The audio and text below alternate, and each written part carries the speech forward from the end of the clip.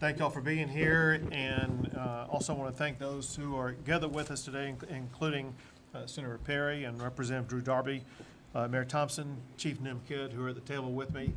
I want to thank the leaders behind me who've been working tirelessly over the past 2 or 3 weeks or so to help respond. We got a large number of first responders over here, first responders who have stepped up and literally saved lives of so many people across this entire region. I'm here today to provide an update on the recovery process in Tom Green County. Before I go into that, however, I want to make clear that we're not taking our eye off of what's going on in Kerrville at all. We continue the process of recovering bodies, of removing debris, of rebuilding, and the early process of getting people back into homes or to where they were living. I do need to share with you an updated number, 2 updated numbers. The numbers that I have of those who have lost their lives statewide in this flooding episode in the month of July is now 135. Those who have lost their lives in the Kerrville area because of the floods is now 116. And we will continue the search for everybody in every single region that was affected by these devastating floods. And while Kerrville has drawn a lot of attention, and there's reasons for it, I think it's the largest flood in the history of Texas. And more people lost their lives in Kerrville than those who lost their lives in Hurricane Harvey, just to understand the magnitude of it. But during all of that, we have been focused on what was going on in Tom Green County. And we began working with Tom Green County since at least the day before the storms hit, beginning on July the 3rd. On July the 3rd, the state deployed Texas Task Force 1 boat crews to be here and be available in the event they were needed. And it turned out they were needed. We also deployed other resources and assets to make sure that there would be the ability to respond, including a boat crew that was sent to Brady on July the 3rd, the day before the flooding took place. I issued a state disaster declaration for Tom Green County on July the 4th and requested a federal disaster declaration for Tom Green County on July the 10th. And it was granted the next day. Now, in Tom Green County, we are working with officials and working with the community to go through the many stages of the recovery process. Part of that is helping individuals in the tough challenges they're facing, whether it be mental, emotional, physical, or property or family, whatever the case may be. We have so many agencies at the Disaster Recovery Center right now that are responding to the needs of people in the Tom Green County area. Other needs that are being made at the Disaster Recovery Center are needs concerning individual assistance. That individual assistance is now available because of the major disaster declaration that was granted by the federal government, by President Trump. Also, public assistance is available for Tom Green County to rebuild the roads and other structures that the county and city are responsible for. I mentioned it at the Disaster Recovery Center. We have today, but we'll have for days on end, more than a dozen state agencies available to help address the needs of the people in this community. Another thing that we're doing is gathering information that helped us understand the way the response was undertaken here. And I gotta tell you, we've not seen a better response in the state of Texas. And there are articulated reasons for that. One is there was a great deal of collaboration at all levels, from the very first minute all the way until this moment in time. The response by local officials was extraordinary. We actually, in talking to Chief Nim Kidd, we considered the way that Tom Green County, and I say the county, it obviously involves the city, your mayor, every local official at every level. We consider it to be a model for the way that communities need to respond to disasters like this. And we will talk more about that in the upcoming special session. But in talking to the officials about why they responded the way they did, they talked about being trained for events like this months in advance, being organized and then executing on what the game plan was, but also maintaining a sense of compassion for the needs of the people of this community. Most importantly, they prioritized saving lives. In any type of disaster, saving lives is the first and foremost thing that everybody should have. And that's exactly what took place here. I've heard so many stories about so many rescues that have taken place. Rescues that literally saved lives. Had it not been for those rescues, dozens of people in this community would have lost their life. And there are others that may not have lost their life, but they were still rescued, and they are now able to move forward because of the fact they were rescued. I had the chance to visit with local residents, and I wanted their input on what they were seeing and experiencing. And some words always came up, and that is that they said in San Angelo, we're one community. We are neighbor helping neighbor, and we share things with each other. And you get a sense of the moral clarity and values of the people in this region that provide a sense of resilience and continuity for such a great community. One person mentioned this is neighbor helping neighbor. Others have talked about enduring relationships, that it's those relationships that help them get through these challenging times. Going forward, the state is going to remain working with Tom Green County until the recovery is complete. I mentioned a special session. As you know, we have a special session beginning on this coming Monday. And we have two leaders with us right now that will be very involved in that special session on ensuring that not just Tom Green County, but that every county across the state is going to be evaluated, and we're going to look for strategies that we can pass laws on that will make preparation for these types of events better, make response to these types of events better, to make sure that we leave this disaster in a way that puts Texas in a better position going forward than we were before this devastating storm hit our state. I know that one thing that I also hear about that I want to just mention real quick, now that the storm has passed, the needs for housing have surfaced.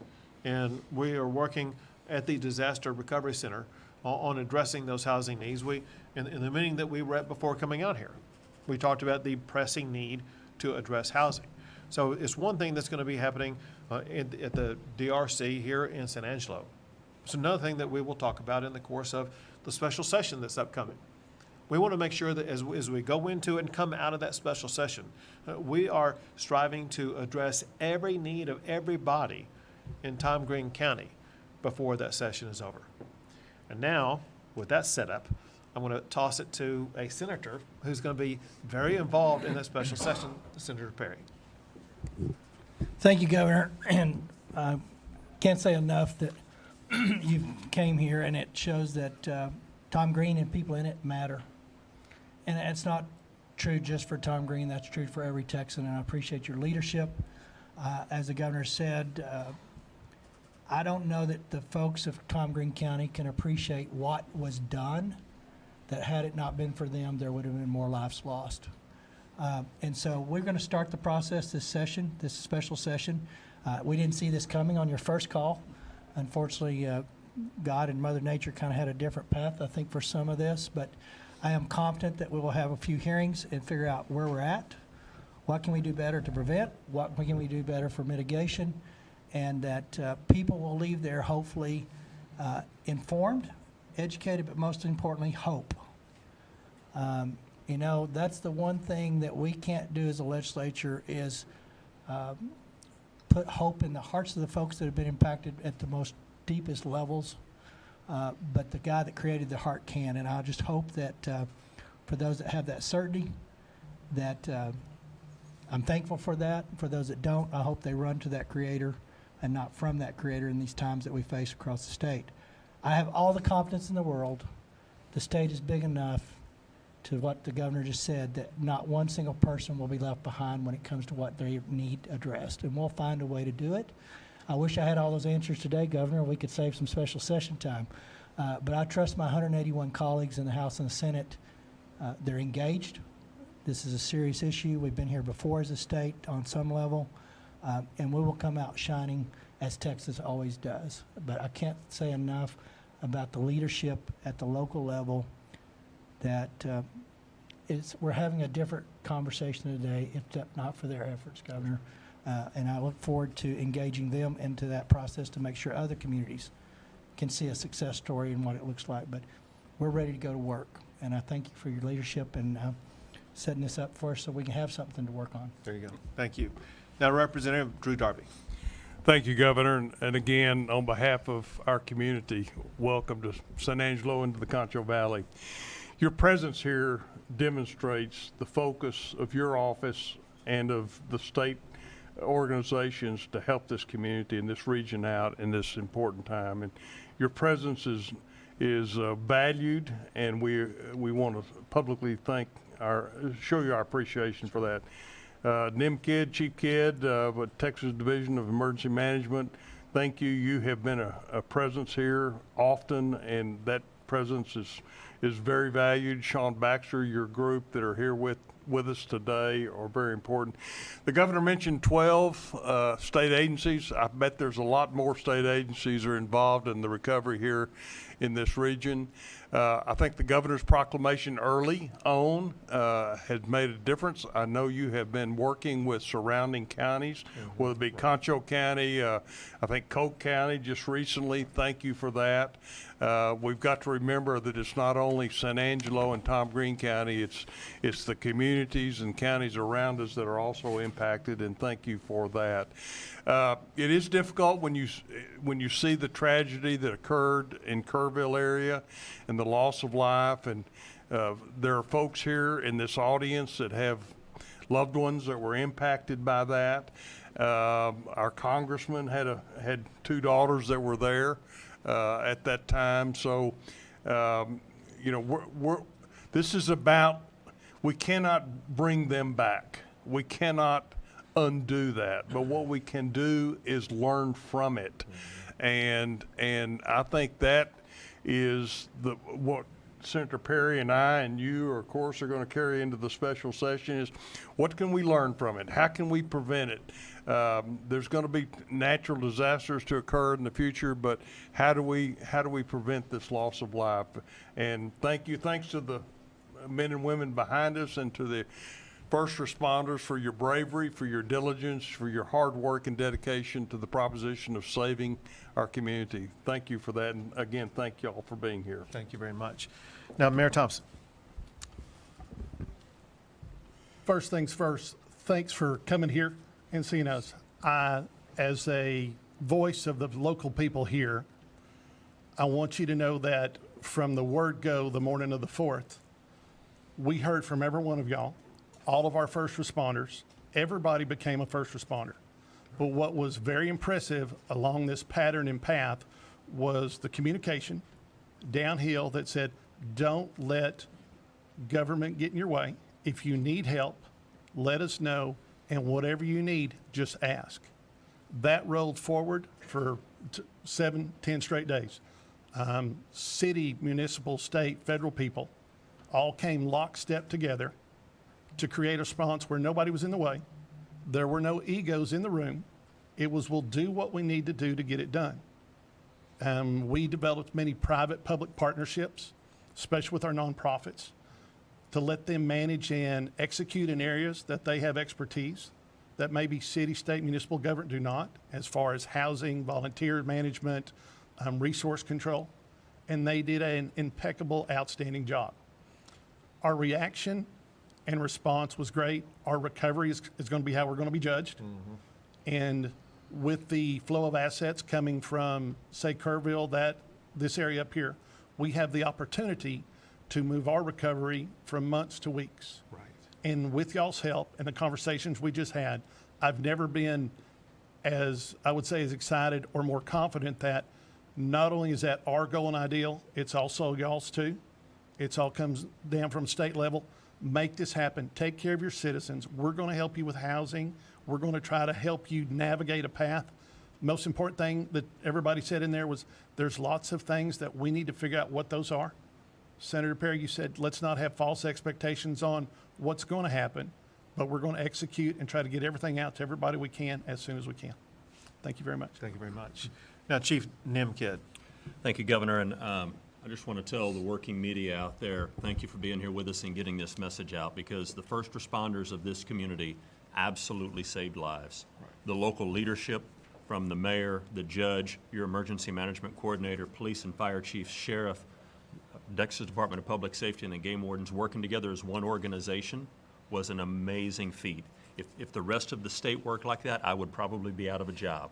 The work that was done here locally is second to none. Then I've got to thank all the volunteers that are out there. We went through houses today where Samaritan's Purse and other volunteers were out there cleaning out the houses, putting the debris in the piles that it needs to be. Very few communities in this state have pre-positioned debris contracts. This one does. They're taking it seriously. Y'all are in good hands. Disasters are going to happen, but leadership like this at the local level will make that recovery so much faster. The volunteers that are out there working right now, if you see one on the street, stop and thank them. They're here for the goodness of good and the hearts and their kindness, and they will help you recover faster than any level of government ever will. So take care of your volunteers that are out here. Glad to be here with you, Governor. Thank you very much. I want to double down on what Chief Kidd said about the volunteers. I had the opportunity to meet with many of them today, but know all that they are doing. And some of them are volunteers with organizations that existed long before this, and some are just volunteering on their own right now. And what these volunteers are doing, both here in this county as well as Kerr County and counties in between, are changing the face of Texas. We would not be able to be where we are or make it through the recovery process the way that we are without the volume of volunteers that we have. And I'll add this. I've never seen such generosity from our fellow Texans in supporting their communities, those in need. And I got to tell you, what you are providing in monetary resources to help these individuals in these communities is going to accelerate that rebuilding process. Every donation that's coming in that I'm working on is going to make sure, is going to someone who's going to be having a home rebuilt or an RV trailer restored, whatever the case may be. We want people back in their homes as quickly as possible. And one thing that accelerates that process are the very generous donations that are coming from our fellow Texans. And with that, we'll take a few questions. Governor Abbott, God bless you first of all, and all of the folks that have labored to support the people of Texas here. What can we do now concerning an early warning system? I heard some of that mentioned in Kerrville, now here in San Angelo. Is there a plan in place for Texas to have an early warning system in case of flooding, tornadoes, et cetera? So, I mean, there's several things that need to be answered to that, several responses to that. One is that, in some places there are early warning systems, in some places there are not. And what we need to do, what we are going to do in the session, is evaluate early warning systems. But we have to evaluate it, I think, through this lens. And that is that what may be needed in the Guadalupe River area could be completely different than what is needed in Tom Green County. And we need to be working with leaders and members of local communities to learn from them what is going to be best for them. I'm going to give you a very easy example. And that is, as a person who's been in Hunt, Texas, which was ground zero of where the Guadalupe River flooding took place, there is virtually no cell phone availability at any time. Cell phone warnings would have, I think they were triggered, but they largely would have been irrelevant because of the inability for people to communicate. So I'm going to add to the menu. We have to work on improving communication levels in all of these different regions. Improving communications will be a part, of early warnings that we need to address. That said, I know that this senator, this representative are keenly focused on early warning systems, and we'll get something passed on it. Governor, Sean Humphrey, Fox West, Texas, thank you for being here. Over the past few weeks, since these floods started, we've seen farmers, ranchers, rural Texans really having to handle a lot of work on their own. We've talked about the volunteer help for some of those families, including one we spoke with yesterday. Volunteers got there for the first time, even up to yesterday. So as you look forward and go into the special session, how can we look toward, just making sure even in those rural communities, those small places like Concho County, people are getting the help they need? So every person in every county affected by these storms is a priority, large and small. And so we'll be going county to county. I talked about the people who are available right here, right now in this disaster recovery center. Those same agencies are available in every single county that is affected. We will use those agencies and more, working in collaboration both with federal and local agencies to make sure that the needs of every Texan is going to be addressed. You mentioned agriculture, and there are agricultural agencies in Texas as well as the federal government that will work to address the needs of the farmers and ranchers across our state that grow the food and provide the products that feed the nation. Yeah, go ahead. I had put it out on Facebook in Texas Department of Agriculture. I can't give you that link right off the top of my head, but go there, and there's about 3 or 4 different categories of disaster relief. I'll give you one that was very pertinent and relevant, was fence building. This is a privately funded bucket of money that Texas Department of Agriculture is responsible for delegating or dispersing it. And I think they're very quick about it. But I can tell you, the agriculture community, the sheep, the cattle, these guys in this area, if they've got fences and downs that came through this flood and stuff, but that is a very helpful resource. And people have, I put that out in one day, and I already had 2 people tell me they were having fence building within a few days. So just tag that Department of Agriculture's resource. It's privately funded from private donations, and I don't know what's in there, but I do know that Commissioner Miller, as well as his assistant Dan Hunter, are keenly aware of trying to get those monies out. So for the agriculture perspective, that's something that's pretty clearly immediate help for the most part. Good information. Thank you. Go ahead. What would the housing assistance possibly look like, and would it help people get out of these possible floodplains? So the guy who knows most about that is Chief Nim Kidd. I'll have him address it. So thank you. Yeah, easy there, Mayor. So, yeah, we've talked about some of the flooded houses that were here and whether they were or were not in a recognized or identified 100-year floodplain. The things that you're going to see in the rebuilding process is people whose homes that have already been cleaned out, that are clear to re-permit or get back in there. That's going to happen relatively quick. There's also been several volunteers and people across the community that have offered apartment complexes and others to get people out of hotels into something a little more suitable and sustainable until their homes are rebuilt. Now, there are federal programs that do get turned on in some disasters. We have not seen all of those longer-term recovery projects programs turned on yet, but we'll continue to work with the federal government once we see the housing inventory needs to make sure that those needs are addressed as soon as possible. Once the federal declaration was declared, how is the Small Business Administration working with businesses that were affected by the flood? We'll have Nim fully answer that. I'll just tell you that at the DRC in San Angelo, SBA is right there. And there was no one in line. I said, you need a longer line here because people need to start signing up, but go ahead. And a great question. Remember, the Small Business Administration, while it sounds like they're for small businesses, they also do home loans as well. So if you need a loan to get your home rebuilt or repaired, please go check out the assets and resources at the SBA. Listen, thank y'all very much. Thank you for getting the word out, but a big thank you to all these first responders, to these leaders behind me, those getting the real results done. Thank y'all very much.